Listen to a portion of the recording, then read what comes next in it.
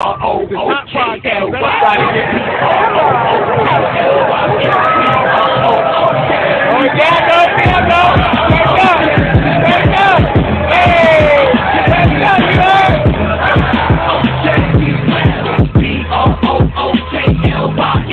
Yo, what's big fat Breezy with the Brooklyn Nets vlog? We got a lot going on with the Brooklyn Nets right now. I kind of wanted to address some of it. We got two new coaches. One by the name of Kevin Ollie. He seems pretty well sought after. You know what I'm saying? Um, I wanted to read up on him. Find out he's a champion in college with the NCAA. Let's find out who he is exactly. For one, Adrian Wojnarowski reported that Ali was a finalist for the Detroit Pistons head coaching job and won the 2014 NCAA championship as UConn's coach. He recently left Overtime Elite after 2 years of running that NBA feeder program. Okay, the Overtime Elite he was running the program. Okay, that's the NBA. For one reason or another, I thought that had nothing to do with the NBA per se. I thought that was just a EuroLeague type situation. But Kevin Ollie, man, he seems like he's gonna be good. With Jacque Vaughn. He won the championship. He's a championship coach. Wow. Okay, let's keep reading up. We also got Ronnie Burrell, the G League Coach of the Year with the Long Island Nets. He too will be on the coaching staff. Okay, this is good. Now, I complained all last season after Jacque Vaughn got the head coaching job about how they still look like they was running an offense that Nash implemented, and a lot of that was true. So, what they did was they got new coaches. Now, I imagine these coaches will be assisting Jacque Vaughn on the offensive side of the ball, to my knowledge. I think that's what we needed help with. Our defensive schemes were pretty good. I think we just needed more chemistry. We only had 28 games with 4 new starters, not just 4 new players on the roster, but 4 new starters. The significance of that is they get the most minutes, so we need them to have the most chemistry. They're out there playing the most basketball.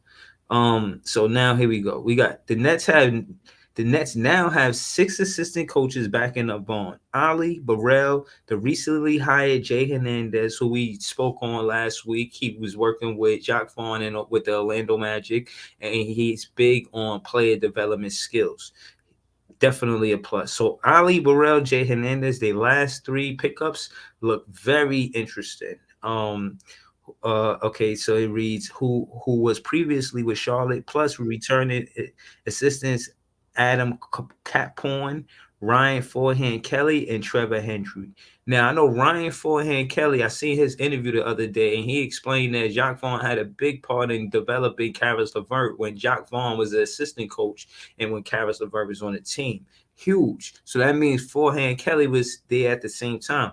Another thing that's huge. Now I don't know who Adam Caporn and Trevor Hendry are and what they actually do, but I will find out for you guys. Shout out to the Nets fans. We the best fans. The Nets did not renew contracts for Igor Kokoskov, Tiago Splitter, and Brian Keefe for next season. Also, Royal Ivy left the Nets for a new assistant job at Houston. At the beginning of last season, before Vaughn replaced Steve Nash, the Nets had 8 assistants, which would suggest the Nets still have another 3 positions to fill. Peter, they reported that the Nets owed Nash $9 million on his contract for this season. So they pretty much bought him out. Like they just said, yo, you know what? We just gonna pay you without coaching. We just gonna go in a different direction. And that's what they did. They made Jacque Vaughn the head coach, and and the rest is history. Went to the playoffs, and so far so good for Jacque Vaughn in his coaching career. You were assistant coach, and then you took over with the circumstances as is, and then the circumstances changed dramatically at the trade deadline, and you still prevailed to make it to the playoffs. You could consider that a win for Jacque Vaughn and the Brooklyn Nets. The fans feel a little slighted because, We wanted in this fourth season with KD and Kyrie, we wanted to get to the finals, the Eastern Conference Finals at minimum, the finals and the championship. Those are the three things. And because those three things didn't happen, the fans feel like we've been short-handed. But we'll see what happens. You know what I'm saying? You see them revamping the team, the coaching staff. That's for a reason. You know, that's for a reason. But again, let's see. Uh, let's see. Ali and Vaughn played high school ball in Los Angeles in the late 1980s and early 1990s. Wow. Wow. I didn't know that. A point guard, Ali played with 11 NBA teams, including a short stint with the New Jersey Nets in 2000. Retiring in 2010, he was named UConn head coach in 2012, winning the NCAA championship 2 years later. By 2018, he was out of a job in stores following an NCAA report on his compliance with the association rules. Huh? Okay. He later sued UConn and was awarded $3.9 million in a settlement. Okay, my boy, I said his hands was clean. It They tried to say he did this and that, but his hands was clean and got awarded $3.9 million. Wow. On April 12, 2021, Overtime Elite announced Ali's hiring as head of coaching and basketball development. See, he's part of basketball development. This is good. This is good. He did it with Overtime Elite. Okay. While with Overtime, he coached the two Thompson twins. Okay. Ali coached the two Thompson twins. This makes things so much more interesting because if he did that, he got experience coaching this kind of talent, and these said players, Amen and Asar, are in the draft this season, this off season. Things just got so much more interesting. Ali has knowledge on draft. Oh, shout out to Barry. He said happy birthday. Thank you. I appreciate that.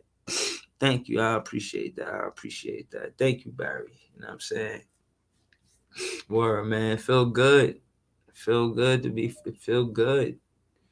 It feels good, man. I'm glad to see this, to be living, still be healthy, still be able to do what I do. You know, I'm a happy man. I'm not gonna.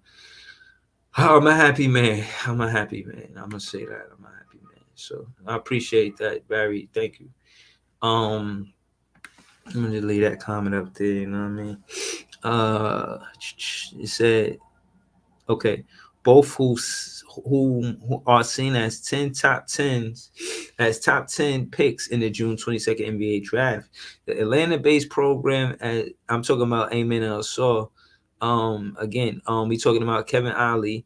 It said while with Overtime, he coached the two Thompson twins, Amen and Asar, both of whom are seen as top 10 picks in the June 22nd NBA draft.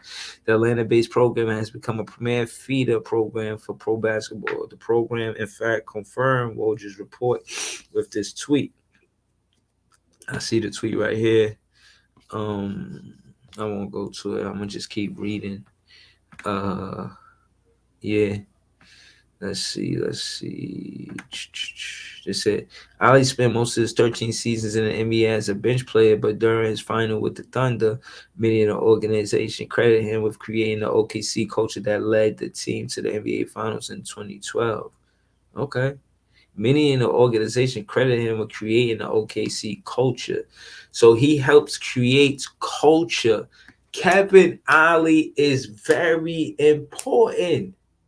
I did not know he was this important. He is very important. Wow. That's what's up. Shout out to Kevin Ali and shout out to the Brooklyn Nets because they really building this team from the coach and then the players. I see the core and the head coach being Jacque Vaughn. I see Mikal Bridges, Cam Johnson, and Nick Claxton on the team, and that's the core. And we building the culture with the coaches. Important to say. We building the culture with the coaches and those three players that I mentioned. This draft is going to be very important to the Brooklyn Nets roster. I think whoever we draft with the 21st or 22nd pick, or whatever we do with the draft, whether we take those 2 picks and move up in the draft, which I don't think we need to do. I think we can get talent in 21 and 22. We got talent in Cam Thomas, talent in DDJ, who's undrafted, talent in Jared Allen, who was the 21st pick. You understand? Talent in Nick Claxton, who was the 31st pick, 2nd round. We do not need to move up in the draft. 2 picks are better than 1 in this situation. I think we go forward with the 21st and 22nd pick, especially with somebody like Kevin Ollie on the team helping. Yeah, he coached KD too. Yeah. He was part of a word. I ain't know he coached KD. Let me keep reading and see if I get to that. It said Kevin Ollie, he was a game changer for Durant, told Grantland. Wow. Okay. I think he changed the whole coaching in Oklahoma City. This is KD's words. KD's quote. Just his mindset, professionalism every single day, and we all watched that, and we all wanted to be like that. It rubbed off on Russell Westbrook, myself, Jeff Green, and James Harden. These are Kevin Durant words, Barry. You know, this is him talking about Kevin Ollie, and I'm gonna read this. I'm gonna read this again. You know, Kevin Durant quote on Kevin Ollie is Kevin Ollie was a game changer for us, Durant told Grantland. I think he changed the whole culture in Oklahoma City, just his mindset, professionalism every single day, and we all watched that. And we all wanted to be like that. It rubbed off on Russell Westbrook, myself, Jeff Green, and James Harden. Okay, so he a culture setter. He's a coach and a culture setter. I like this.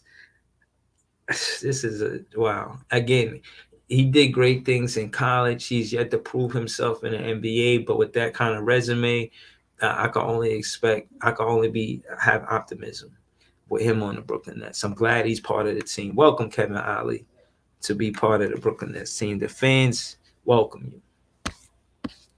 It says before that, the Cavaliers brought him on to help with LeBron James' development. Okay. We thought he could come in and be a bridge for us at the point guard position, Jim Paxson, Cleveland's GM at the time, recalled, and also be a good influence on our younger players. The primary one being LeBron James. All right, y'all listening? And you know, shout out to Barry because he's the only one in the chat right now. But this, y'all need to hear this, man. If y'all interested in what's going on with Kevin Ollie, man, this article I'm reading right now, is very telling. Okay, they also explain that it says while at UConn, Ollie had a record of 127 and 79. Although no current Nets players played at UConn, 2 of the Liberty stars, Brianna Stewart and Stephanie Dolson, both played for the UConn women's team coached by Gino Auriemma, while Ollie was men's coach. Burrell had a hugely successful debut with Long Island this season. Now they talking about all of that was Ollie. So they was talking about Ollie, you know, how good he is and what he did before he became an assistant coach with the Brooklyn Nets, his resume, right? Now they're talking about Burrell. Burrell is he came up from Long Island. I think he was the GM. We're going to read about him now. He is the new assistant coach for the Brooklyn Nets. Oh, shout out to Leonardo. I'm going to bring you up in a second. We talking about the coaches for the Nets that's new on the team. Hold on. So Burrell had a hugely successful debut with the Long Island this season, leading them to the Eastern Conference Finals after posting the league's second best record and winning 16 straight games, just 3 short of the G League record. He was named G League Coach of the Year as well as Coach of the Month twice. Burrell was named head coach after a varied career in the G League. He served Long Island as an assistant coach by the 2019-2020 season as an assistant coach. Okay. Before that, he had spent 2018-2019 season as a player development and video assistant in Brooklyn. Okay. So it seemed like when he was the player development and video assistant in Brooklyn, that led him to becoming the assistant coach for the G League, and then it's like a promotion for him was to become an assistant coach with the G League instead of the Brooklyn Nets. And he became a head coach after he was an assistant coach with the Long Island Nets. So he was a player development and video assistant in Brooklyn, left, right? Then he was an assistant coach the next season with the Long Island Nets, right? So this guy, he seemed like a good addition on the team. Now I continue. He spent the 2021-2022 season as an assistant coach with the College Park Skyhawks in the G League in 2022 and 2023 as a player development coordinator with the Chicago Bulls. All right, still East Coast. Okay. Before joining the Nets in 2018, Burrell worked as a graduate assistant with the men's basketball program at Florida Atlantic University while earning his master's of business administration. The Montclair, New Jersey native previously played 11 professional seasons. Okay. He played ball too, but he played overseas. They say there's no official announcement on the IS yet. Okay. It was a busy day for coaching news. They talking about the other coaches. They was moving around. I heard some fans saying they wanted James Borrego. I think AJ from Nets Kingdom, he was saying that he wanted to get him on the team. I looked into him, so he probably would have been good for the team. I mean, I think he would. They just offered him a head coach. So instead of being an assistant coach for the Brooklyn Nets, he became a head coach somewhere else. Yeah. No. He's an assistant. I'm sorry. He's a top assistant. So he's probably right behind Willie Green. And Willie Green got, I think, head coach of the year like 2 seasons ago. It was Willie Green. Then it was Mike Brown, I believe. But yeah, man. If teams that's getting serious about winning, about building a culture, they're starting with the coach. That's why all of these draft picks, Detroit felt like don't mean nothing if they don't got the right coach to make it work. The coach is like a cook, get the right. You can have the right ingredients for the recipe, but you got to know how to. You can have the right ingredients, which is the players, but the coach gives you the recipe to make it work, to cook. You get it? Follow me? All right. That's what it is. Shout out to Leonardo. He said, Breezy, we about to fry these chicken nuggets this week. You funny as hell, Leonardo.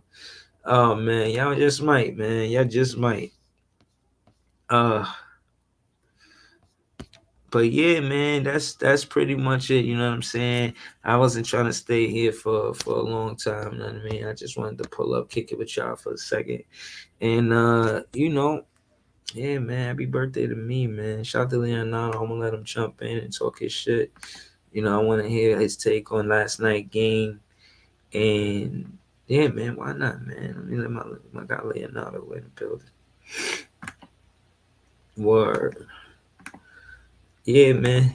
I'm happy with these new coaches. I think going forward, we did good. Thus far, so good. No blunders, no bloops, no slip-ups, no none of that. So yeah, Leonardo, if you want to, you could jump on, talk heavy about the Miami Heat last night game, and you know what I'm saying. It's always fun having you on board, man. Shout out to Leonardo. Yo, what up, Leonardo? Yo, Breezy, what's good, man? Shit, I was fucked up last night, bro. I didn't even jump on big, don't lie, man, because, bro, I told everybody, bro, that I was telling everybody, man. Showtime kicked me out his live. He put me on mute. Wait, yesterday? Yeah, last night, because I was talking about he said saying that Jimmy Butler is better than LeBron and blah blah blah, all this other shit. This dude put me on mute, bro. Oh man. Oh yeah, so I left his live, man. But yeah, I heard that. I heard he think like Kawhi is the GOAT and all this shit. So I go in his live and I say what I gotta say, and then if he put me on mute, I leave. But yeah, I told everybody, Breezy, what I told you. You know what was crazy, Breezy? Remember I told you when we were playing the Celtics, you said, do y'all think we're gonna sweep? I said we sweep is good. But then I told you as long as we win the series, remember? Yeah. And then look what happened. We went with that boy all the way to fuck to 7 games. So let me So let me ask you, man, about last night game. Did you have a favorite play or a favorite time where you felt like, okay, I think we got a chance to win this game? Like, walk me through last night game. Okay, I gonna Well, tell let you. me start you off. Let me start you off with a question, man. How do you think Bam did versus Jokic? I, I, I really think that Bam can hold it on. That's the number one thing. But I told Big Tone, like, yo, I told him if we split, it's over. That's all I said. If we are went down to 0, I would have seen this being a game 7. But once we split, we're gonna finish them boys off in 6. You see what I'm saying? Because remember, I've been saying this. I said, Breezy, Miami does not need home court to win. I told you, Jimmy is not about winning home court. We're not about home court. We don't care about that shit. We are Miami. We are Miami culture. The way we think is once we go in your home court, we just gotta win one. It don't matter if it's the first game or the second game.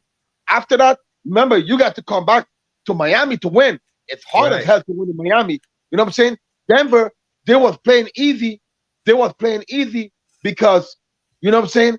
They was playing easy because they was in Denver.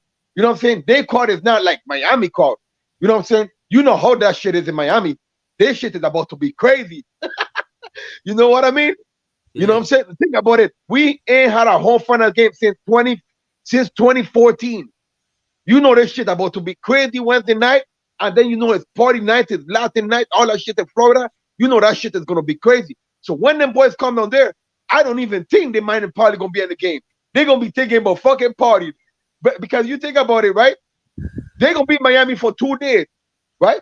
I know they probably gonna stay another 3 days until they go to Denver. Bro, they gonna probably leave.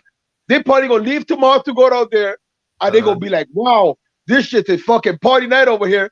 Them boys gonna be partying. You know what I'm saying? Jamal Murray, you know, he said he like to party. So he gonna be out there partying. Now I hear you. Let me ask you this: what do you think about Gabe Vincent versus Jamal Murray? Now, Gabe Vincent had 8 for 12, 4 for 6 behind the arc. He had 23 points. He played 32 minutes. Jamal Murray was what? He had Jamal Murray 39 minutes, 7 for 15, 3 for 8, 4 boards, 10 assists, 18 points. Do you think Gabe Vincent won that matchup? And no, because it's kind of versus 2, because you got to count Kyle Lowry too. So, and I think Kyle Lowry game shouldn't be overlooked. His 9 points was strong. He had 2 3-pointers, 3 assists, and he was hitting Bam with good passes. I seen that give and go, that pick and roll. That was nice. Played a big 24 minutes. I think that Gabe Vincent and Kyle Lowry was better than Jamal Murray. What you think though, man? Talk to me. I don't know where Leonardo go, man. Where you go, Leonardo? Yo, Leaf. What up, Leaf? Brooklyn fan band, man. What's the deal, man? Chilling. Yo, shout to Big Ox, man. I see you was on his page. I see you did the 24-hour Podathon. That was fire. Yeah, definitely, man. Shout out to Big Ox Bob, man, for the 24-hour podcast, man. Record podcast, man. Groundbreaking. Definitely, I see you over there. I see you over there. Yeah. I popped up. Yeah, I popped up every now and again. I was on some bullshit. I popped up every now and again. I ain't get to see most of your stream, man. What's today's mathematics, man? What we doing today? Oh, I was looking at the 2 new assistant coaches we got in Kevin Ollie and Scott Burrell. Both of them good situations. I just read up on them, and Kevin Ollie, he got some player development skills. You see how he a 2014 head coach champion with the NCAA. I think he put right. Kevin Ollie used to coach for in college somewhere.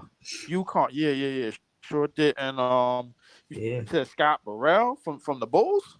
No, Scott Burrell from. Let me get his name correct. His last name is Burrell for sure, but maybe it's not Scott. I know who you talking about. I'm like, yo, hold on. Scott Burrell from the Bulls 98 team, I think it was 97, 98. Yeah, but this guy, more so. Okay, what's his name? Here you go. Ronnie Burrell. His name is Ronnie. We calling him Sky. His name is Ronnie Burrell. But yeah, he's definitely that's somebody we should look. We should take a close. We took a closer look at. And basically both of these guys are good, and they part of the staff with Jacque Vaughn. So we got Jay Hernandez who worked with Jacque Vaughn already. They said that Kevin Ollie and Jacque Vaughn used to play high school ball together. Right. They did. They Kevin Ollie and on Jay Vaughn, they go way back, man. They go back to high school days. They both came to the league around the same time together. Kevin Ollie was yeah, nah, definitely. Yo, that's a good look. I feel like I see the chemistry they trying to build. Solid players, you know, they was rotation guys.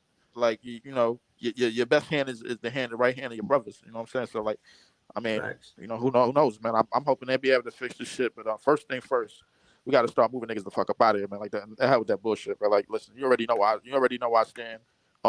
We talked about it weeks ago. We gonna talk about it again. Big elephants in the room. This is the big man position. Obviously, Naz Reid is out there. I don't know how much of a shot that Jalen Duren and Mark Williams is on A teams. I don't know if them teams is willing to get that up. This draft coming up is going to be this draft coming up is going to really prove how good we are in terms of the front office and their decision making in the draft and the offseason process in terms of moving pieces around it and getting other pieces to fit with the pieces that we already got coming in the season. Because as far as I know, Twin, Mikal, Claxton, they the guys that's going to possibly be here. I really don't know what the rest of our roster is going to look like all after the fact, man. I think we're going to have to try to get I think we're gonna have to try to get some. We're gonna have to try to get some better dogs at certain positions, to play some key minutes and everything, man. Like listen, in terms of culture, bro, I ain't worried about no culture or whatever, man. Listen. The culture, whatever the culture is, anybody says it is, I'm on board with it. I don't even give a shit about that. I'm just giving a shit about us filling the positions that we need to fill, playing the way that we supposed to play, and maxing out the Mikal Bridges and the Cam Johnsons of the world, the Nick Claxtons of the world, because these young guys, they want to run. They want to get up in the court and run. They don't want to be stagnant. You know what I'm saying? So they better when they running. You know what I'm saying? They came from situations where they was running and they was getting easier baskets and getting one dribble pull it. Like, however the offense is, man, we got other guys that could that's not afraid to put the ball on the floor and pick apart 1v1 matchups and everything. That's gonna be good. I see Nick Claxton definitely going into the direction of a Giannis in terms of like, okay, all right, yo, he could do dribble handoff and dribble drive handoff. You know what I'm saying, and drive to the basket.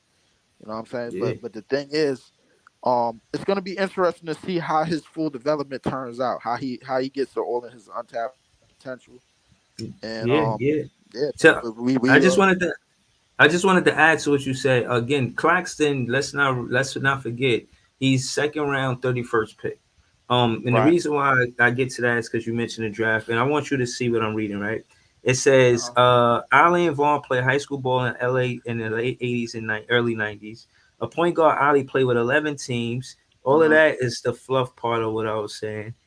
This part I want you to see. On April 12, 2021, Overtime Elite announced Ollie's hiring as head of coaching and basketball development, while with Overtime, he coached the two Thompson twins, Amen and Assault.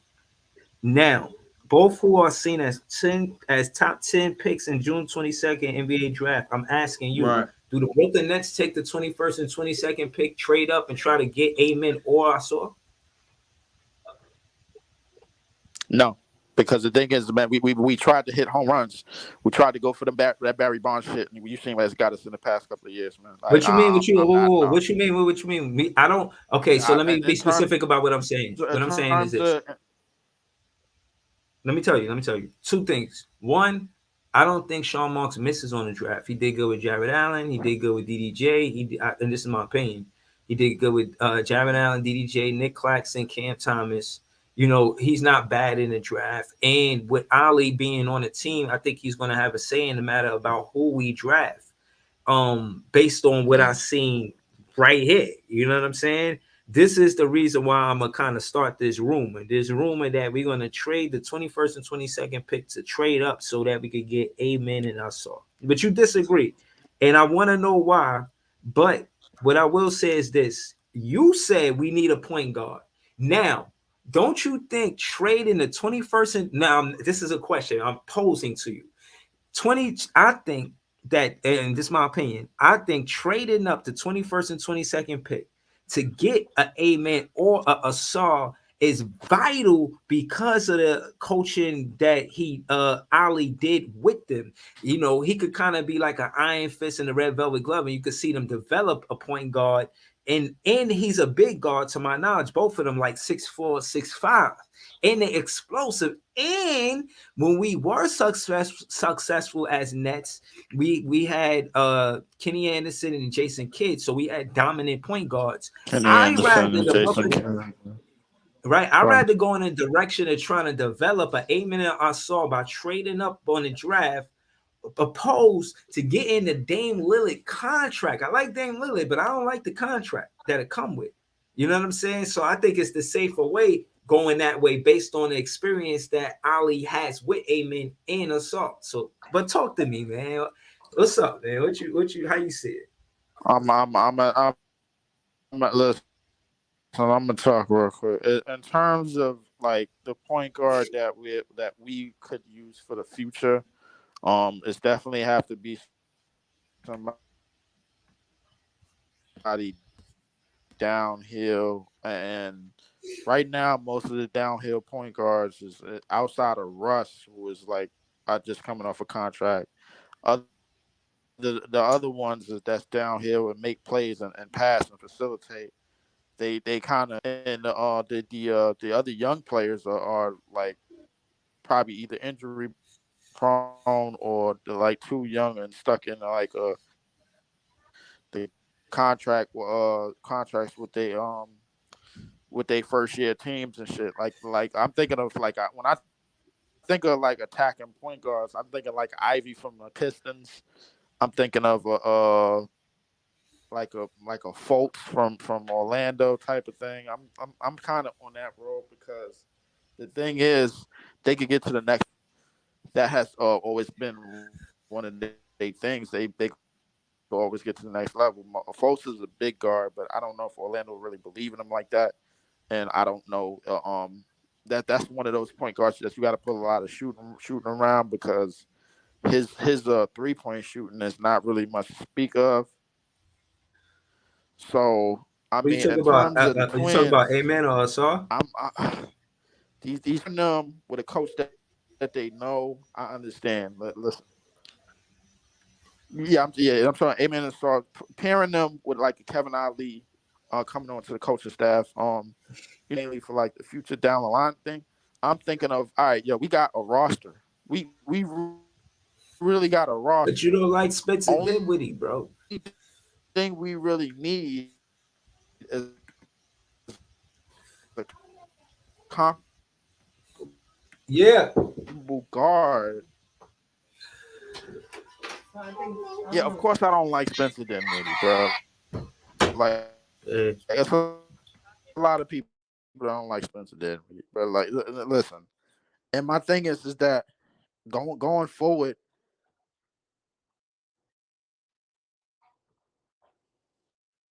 Yeah. So go ahead. Talk your shit. Leave from listening to you. Man, I want to believe in them, but I like and with the finals going. Yeah. How the Eastern Conference has shaped out in the past month or the past couple of months. I'm just thinking to myself, I'm like, the guards is where we start at, man. But the thing is, we're gonna need a lot more dogs and at certain positions to like do the dirty work and like do the unnecessary shit on the court, man. I'm looking at the way Eastern Conference basketball is played. Miami, man, like I ain't gonna lie to you, bro. they out hustling my Denver. Just to speak on that series a little bit. They out hustling. They out shooting. Yeah. They out working Denver. Yeah. They out Yeah. working they role players. They out working the KCPs, the MPJs, the Bruce Browns. I mean, don't get me wrong. Bruce Brown and KCP has been big additions to Denver, but I mean, yo, I'm telling you, Miami got a lot to smile about. The city of Miami and Miami fans got a lot to smile about right now, man, because they outworked. They got a game in Denver. A lot of people think they couldn't, and they got an opportunity. They got a legit opportunity to go up 3-1. I think they might have figured out this Nikola Jokic puzzle. I was saying think they might have figured out the game plan going forward. Yeah, I was saying the same thing. I feel like Coach Spo, you know, and again, he avoided the question in the post-game interview. You know, they was like saying something along the lines of like, "Oh, we see what you did with Jokic," and Spo, he complimented Jokic and he got up out of there. Like, I ain't fitting to tell y'all my game plan or how I stopped Jokic in a post-game interview. I'm better than that. You think I won championships because I came up here and talked big mouth to y'all? Hell no. I'm keeping this to myself. You're right. Thank you. Have a good night. He was out of there, bro. Like, you're right. You absolutely spilling no beans about how he beat Jokic. He was like, I know you appreciate how I did what I did in Denver. Listen, Miami Heat did what they were supposed to do in their first 2 games. They were supposed to take 1. Denver was supposed to take 2 and put the pressure on Miami to win game 3. But they didn't. Miami is now turned the tables and has efficiently took home court advantage from every higher seed in the playoffs. They took home court advantage from every round, including Milwaukee, the finals. New York, everyone, and they started on the road. Every single playoff series in this year. I think they might have been the first team to ever do that. I mean, I can't name I can't name a team that ever did that. And the thing is, Miami is proven once again, man, with a lot of determination, a lot of hard work. You know, we more than capable of getting this thing done, man. And they going out there and proving it, man. I mean, it is what it is, man. Listen, I respect it. MPJ, they got to shoot better. Nah, I mean, listen, I was saying that I want Denver to win. Oh, I thought Denver was going to win, but I don't think Denver going to win no more. You know, I don't care. You know, I don't have a horse in the race. None of these are my teams. Neither. Listen, after I see I really don't either, bro. I got Miami winning game 3 off the pure strength that the Miami Heat culture. And just in the playoffs, they win a lot of their home games. That's how they get the advantage. They steal one of the home games to take away home court advantage, and then they win both of their home games and put the pressure on the other team. It's big pressure. It's hard to win in Miami. I ain't gonna lie. I seen the regular season, and Denver beat Miami both times they played, but that's the regular season. The finals is a different story. Exactly. And when you talk about being cool, calm, and collective, cool under pressure, I seen it in Kyle Lowry a lot. The way you got to look at it, in my opinion, is it's Gabe Vincent and Kyle Lowry versus only Jamal Murray. Now you could say Bruce Brown and Jokic, they the point too, but for real, they not putting no work in. They ain't putting no work in, right? Bruce Brown in the point guard position, in the point guard position, it's 2-on-1, and Kyle Lowry and Gabe Vincent is outplaying Jamal Murray by himself, bro. Yeah, Jamal Murray need help. That's what it is. That's what it is, and the Kyle Lowrys. You got Duncan Robinson, who came in the fourth quarter and went off for like the first 8. I think 8 of the 10 first Heat points in that quarter. He went off. Anytime you got Duncan Robinson driving in the your defense and getting that ones, you got a problem. You got a problem. You got a serious problem, bro. Like and the more and more I seen that game yesterday in that fourth quarter, the more and more I realized I don't think Denver ready for this shit, man. I think this shit might be over. Yeah, and then to anybody in the chat, man, and anybody that's saying, yo, Leaf is flip-flopping, yes, you're right. I'm flip-flopping because I ain't got no horse in none of these races. I ain't got Yo, no horse in man, none of these races I'm at all, bro. I'm observing. Yeah, listen, me, and you could call it what it again. I'm the Phillies have the same sentiments. I'm looking at it and observing what we could do, what we should do if we make it that far. I'm looking at coaching strategies, adjustments. I'm looking at who's stepping up, who's not. I'm looking at who's grabbing rebounds, who's hustling, who's putting in more effort, who cares about it more. And the more consistent thing that I've seen about Coach Spo is the way he controls the pace of the game. Now, when Miami Heat is losing, they never panic. They always stay in a range of striking distance. And when they strike hot. Now, what I will say is this. When it comes down to play development, Duncan Robinson is the difference.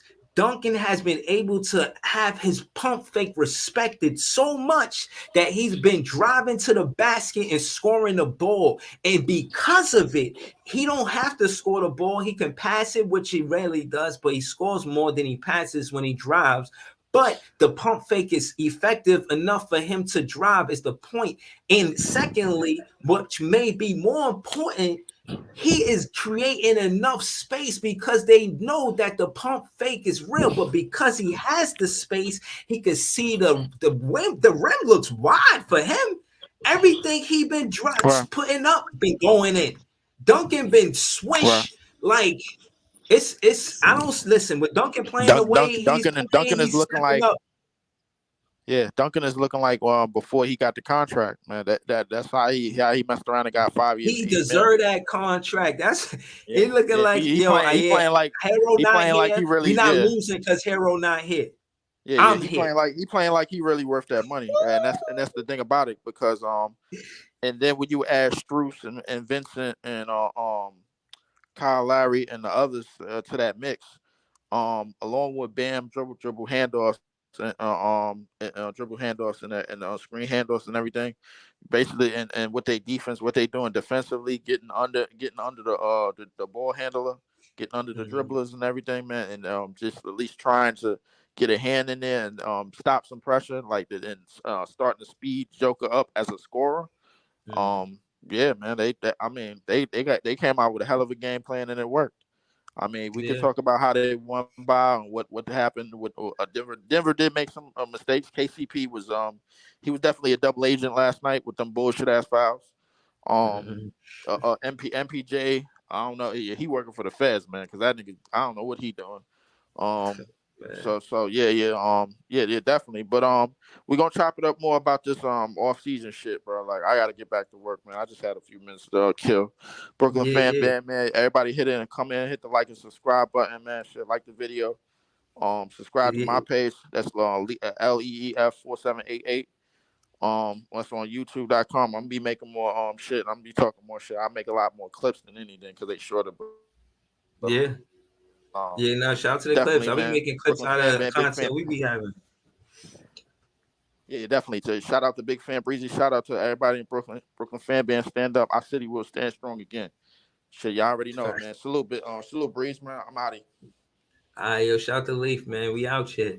Yo, man, I'm not going to be here for a long time. Like Barry said, it's my birthday, you know what I'm saying? So, I wanted to pull up, you know what I mean? This is how you know you love it, you know what I mean? Don't even, So, again, man, I just want to tell y'all that the direction that we going is a good one. We did the first 2-3 things that we did. Jay Hernandez, Kevin Ollie, Ronnie Burrell, all good 3 decisions for us to build a culture, build it, and have the culture grow. You see what they doing. We about building the culture and growing the culture. We got some guys that did it, and Kevin Ollie and got Burrell coming up from Long Island to Brooklyn Nets because of the success he had with Long Island. That is what you do with culture building. Got Ali, who's working with draft picks that's currently in the draft now. Great, and you see how they play, and it looked like he's coaching the point guard position more than anything from what I can see, because I think that's the position he played. Jacque Vaughn used to be a point guard. So I could see us going heavy in a point guard direction. You got a player like Dame who's already developed. Will we go that way, or will we get a Amen Thompson? Me personally, I want to go with one of the twins, trade up, get one of the twins. I'm pushing that all summer. It's Big Fan Breezy with Nets fans is the best fans. It's Big Fan Breezy with the Brooklyn Nets vlog. I appreciate y'all. See y'all another time. Enjoy your day. It's beautiful outside. Later, y'all. Peace.